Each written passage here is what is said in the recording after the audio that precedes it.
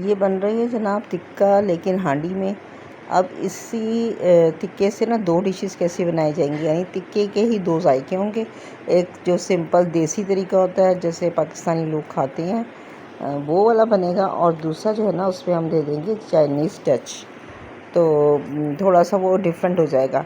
तो इसी पहले हमने ये 2 किलो गोश्त लेके इसमें हमने डाला है नमक के हस्बे ज़ायका, और फिर ये डाली है लाल मिर्चें अपने टेस्ट के हिसाब से डालें, क्योंकि ज़्यादा कम हो जाती हैं। और फिर मिर्च का भी ये होता है कि कोई मिर्च तेज़ होती है, कोई मिर्च फीकी आती है, तो उस हिसाब से मिर्च डालेंगे। 2 टेबलस्पून डाली गई हैं, 2 उसमें किलो में आधी चम्मच हल्दी ये डाली है रंग के लिए। ये स्किप भी कर सकते हैं, बल्कि स्किप कर दें तो ज़्यादा अच्छा रहता है, लेकिन ये टिक्के का रंग लाने के लिए हमने डाली है।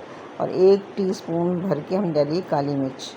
अच्छा, ये मैंने ना एक शेफ़ स्टाइल टिक्के की रेसिपी है, ये मैंने एक शेफ़ से सीखी है। और ये है दही, घर की जमी हुई दही है, खालिस दूध की दही है।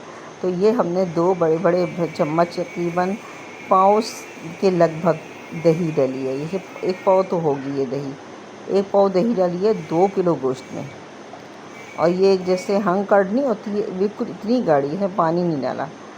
ये सारे मसाले डाल के और इसके साथ लहसुन अदरक का पेस्ट वो 2 टेबलस्पून भर के डाला, क्योंकि 2 किलो गोश्त है ना, तो 1 टेबलस्पून भर के लें तो 1 किलो गोश्त के लिए काफ़ी होता है। ये 2 किलो गोश्त है तो हमने 2 टेबलस्पून भर के लिए। अच्छा, अब हम इसमें डालेंगे तेल, सरसों का तेल इस्तेमाल किया है, तो और वो भी थोड़ा सा। ये है चरबीला गोश्त, लेकिन तेल की रेसिपी होती है कि ज़्यादा अच्छी तरह से मसाला मिक्स होता है। ये 1 चमचा धनिया पुदीने की चटनी है। ये भी ऑप्शनल है कि आप डालें ना डालें, लेकिन डालेंगे ना तो एक ट्विस्ट सा आ जाता है भर के ना। ये 2 चमचे 1 चमचा डाल दें। ये हमने डाला है सरसों का तेल, नेचर्स फ्रेश ऑयल का कुकिंग ऑयल, प्योर है, ऑर्गेनिक है, कोई किसी किस्म की केमिकल इसमें नहीं डाला। इसकी शेल्फ़ लाइफ बढ़ाने या इसकी खूबसूरती को बढ़ाने के लिए किसी किस्म का केमिकल इसमें यूज़ नहीं किया, सादा बल्कि डायरेक्ट सरसों से निकाला गया है। तो ये जो तेल डलता है ना, जो मैंने आपको पहले बताया था कि इसमें हम तेल डालेंगे, इसका कोई मुझे इसका जो फ़ायदा है ना वो ये होता है कि ये गोश्त ना सूखा सूखा नहीं होता। अच्छा जी, हमने टिक्कों के लिए चरबीला गोश्त लिया, जब हम तेल के साथ मसाला लगाते हैं ना तो बहुत अंदर तक रच जाएगा, इस वजह से थोड़ा सा डाला है। इसमें ना आप जो आम टिक्का बनता है ना उसमें हम नींबू का रस वगैरह भी डाल देते हैं, लेकिन आपको ये दही डली हुई है तो इससे सादा टिक्का बनेगा। बिहारी कबाब मसाला है, ये भी मैंने बहुत थोड़ा सा डालते हुए देखा था।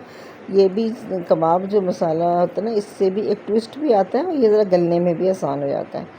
तो ये फिर आप ये भी ऑप्शनल है, ये टेस्ट के लिए बढ़ाने के लिए डाला है मैंने।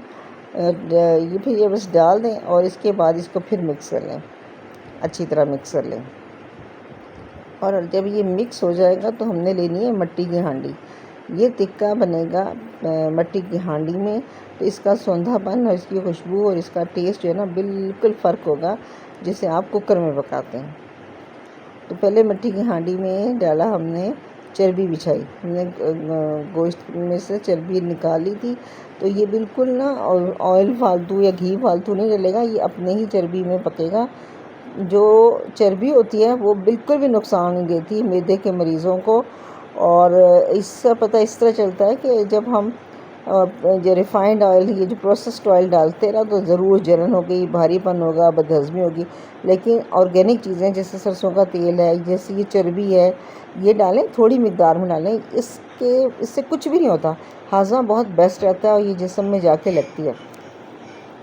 बल्कि चर्बी जमा करके ना इसका घी भी निकाला जाता है और वो ही इस्तेमाल किया जाता है सालन में, तो बल्कि सब्ज़ी में तो बल्कि बहुत ही अच्छा लगता है। खाली सब्ज़ी में अगर आप डाल दें तो बहुत ही अच्छा लगता है। उससे फ़ायदा यही मैंने आपको बताया था कि हाज़मे में मदद देती है। कितने कमज़ोर मैदे के मरीज़ हों वो इस गोश्त को बहुत अच्छी तरह खा सकते हैं। पहले तली में हमने ये बिछा देनी है चर्बी, उसके बाद हमने इसमें डालनी है बोटियाँ। मैरिनेट करने के लिए आधा घंटा भी बहुत है। अगर आपको ज़्यादा अच्छा बनाना है तो ओवरनाइट मैरिनेट कर लें और ज़्यादा अच्छा होगा। और इसकी जो ख़ास बात है ना, जब हम इसे हांडी में पकाते हैं तो इसकी आंच बहुत धीमी रखते हैं और ये 3 घंटे तक पकता रहेगा। इसमें पानी भी बिल्कुल बनाए नाम से डलता है, ज़्यादा पानी नहीं डलता, गोश्त अपना पानी छोड़ देता है। कोशिश होनी चाहिए कि जब इस किस्म की हांडी बनाएं तो हमेशा गोश्त ताज़ा लेके आएँ। बकरा ईद पे ये बना लें तो बहुत अच्छा बनेगा, जायका बहुत अच्छा। ये नान के साथ भी अच्छा लगता है और रूखा खाने में भी बहुत अच्छा लगता है। बस देखें इसमें इतना पानी डाला है कि जो मसाला था ना प्याले में लगा हुआ वो पूछ जाए, और हमने इसमें डाल दिया। उसके बाद हमने इसको ढक्कन लगा दिया। बेहतर तो ये है कि इसको आटे के साथ बंद कर दें और धीमी आंच पे बिल्कुल रख दें। अब मट्टी के बर्तन में खाने पकने के जो अपना जायका और अपनी खुशबू होती है ना, वो बिल्कुल अलग होती है। फ़ायदा तो पता ही है सबको, लेकिन जायका और खुशबू भी बहुत फ़र्क होती है। अब ये देखें तिक्के गल के, आपको एक्स्ट्रा ऑयल नज़र नहीं आ रहा होगा। अब जब तिक्के गल गए हैं तो इसे थोड़ी देर और पकाएंगे तो इसका ना ये ऑयल बाहर आना शुरू हो जाएगा।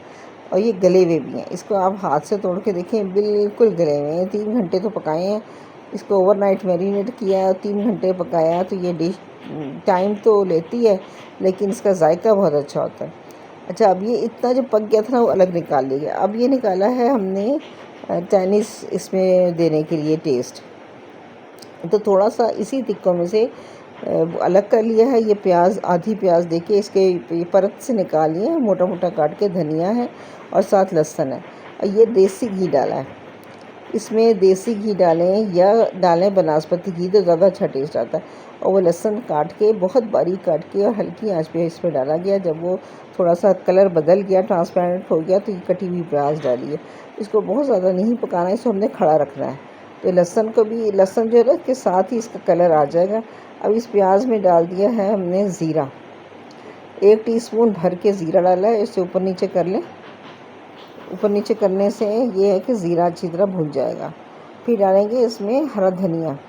मिर्चें इसमें चूँकि बराबर की थी तो वरना हरी मिर्चें काट के डाल सकते हैं अगर शुरू में आप मिर्चें कम रखें। लेकिन मैंने चूँकि देसी भी चखना था, बना हुआ शेफ़ का बना हुआ देसी भी चखना था और चाइनीज़ टच भी देना था, तो ये चाइनीज़ टच मैंने खुद दिया। और बाकी तो हमने ये निकाल लिया। देखिए ये ऑयल इसका अपना ऑयल है जो चर्बी से निकला है। उसके बाद ये जो मसाला था ना, ये इसके बाद मैंने इसका ये जो मसाला बनाया वो उसका ये था कि एक प्याले में मैंने 1 टेबल स्पून इसमें गोश्त लेके और 1 टेबल स्पून मैंने इसमें डाला था सोया सॉस। 1 टीस्पून डाला है सिरका, क्योंकि गोश्त कम है, ज़्यादा नहीं डाला सिरका, सफ़ेद सिरका। और 1 टेबल स्पून डाला है इसमें चिली सॉस। सोया सॉस, सिरका और चिली सॉस डाल दिया। अब इसको अच्छी तरह मिक्स कर लें। मिक्स करने के बाद वो जो हमने बघार बनाया था वो हम इसके अंदर डालेंगे, तो इसमें टेस्ट में बिल्कुल चेंज आ जाएगा। ये आपका बन जाएगा चाइनीज़ टिक्का। तो इसी एक हांडी से हमने देसी पसंद करने वालों के लिए देसी टिक्का बनाया और बच्चों के लिए बनाया है ये चाइनीज़ टिक्का।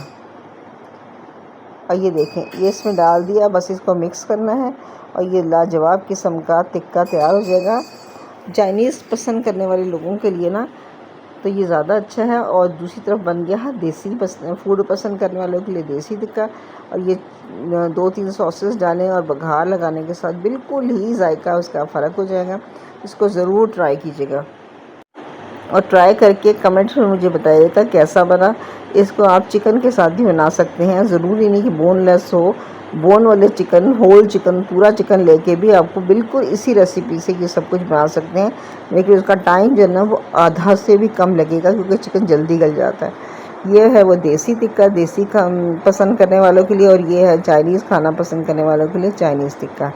एक हांडी से 2 चीज़ें, 2 जायके, 2 वेरिएशन बनाएं और लुत्फ़ उठाएं और मज़े उड़ाएं।